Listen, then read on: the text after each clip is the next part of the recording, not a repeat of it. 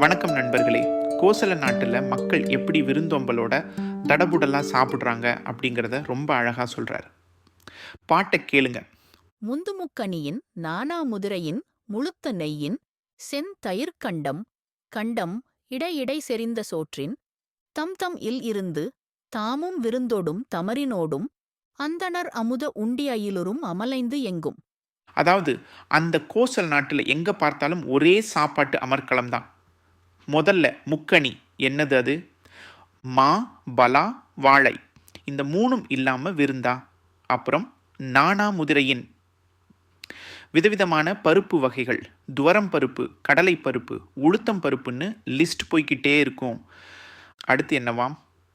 முழுத்த நெய்யின் நெய் எப்படி இருக்காம்? சும்மா கொஞ்சம் நஞ்சம் இல்லை, எல்லா சாப்பாட்லேயும் மூழ்கி வழியிற அளவுக்கு நெய்யாம். அடடா, நெய் மழையே தான். அப்புறம் செந்தையர் கண்டம் கண்டம், செக்கச்செவேல்னு இருக்கிற கெட்டி தயிராம். தயிரை பற்றி சொல்லும்போது கம்பர் ஒரு சின்ன டெக்னிக்கை யூஸ் பண்ணுறாரு பாருங்க. கண்டம் கண்டம், அதாவது தயிர் கட்டி கட்டியாக இருக்காம். இது எல்லாத்தையும் எதில் கலந்து சாப்பிட்றாங்க? இடையிடை செறிந்த சோற்றின் கண்ட சர்க்கரை அங்கங்க தூவி விட்ட சுட சுட சோறு. ஆஹா, என்ன ஒரு காம்பினேஷன்! இப்படி தம் தம் இல் இருந்து தாமும் விருந்தோடும் தமரினோடும், அவங்கவங்க வீட்டில் சொந்தக்காரங்க விருந்தாளிங்கன்னு எல்லாரோடையும் சேர்ந்து எப்படி சாப்பிட்றாங்க தெரியுமா? அந்தணர் அமுத உண்டிட்டு, தேவர்கள் சாப்பிட்ற அமுதம் மாதிரி சாப்பிட்றாங்களாம். அந்தணர்கள் இங்கே தேவர்களை குறிக்குது. அயிலுறும் அமலைத்து எங்கும், இந்த சாப்பாட்டு சத்தம் கோலாகலம் அந்த நாடு முழுக்க கேட்குதாம். கம்பர் என்ன சொல்ல வர்றாருன்னா, கோசல நாடு அவ்வளோ செழிப்பாக இருக்குது, எல்லார் வீட்லேயும் சாப்பாட்டுக்கு பஞ்சமே இல்லை, எல்லாரும் சந்தோஷமாக சேர்ந்து வகை வகையாக சாப்பிட்டு மகிழ்கிறாங்க. இதில் கம்பரோட நயத்தை பாருங்க.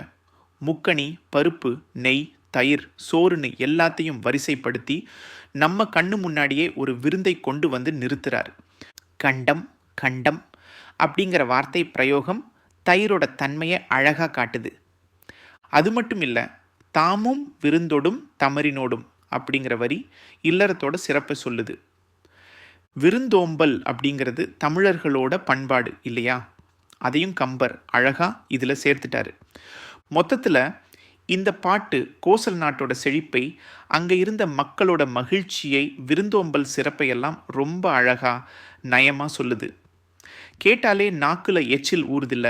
இதுதாங்க கம்பரோட கைவண்ணம்.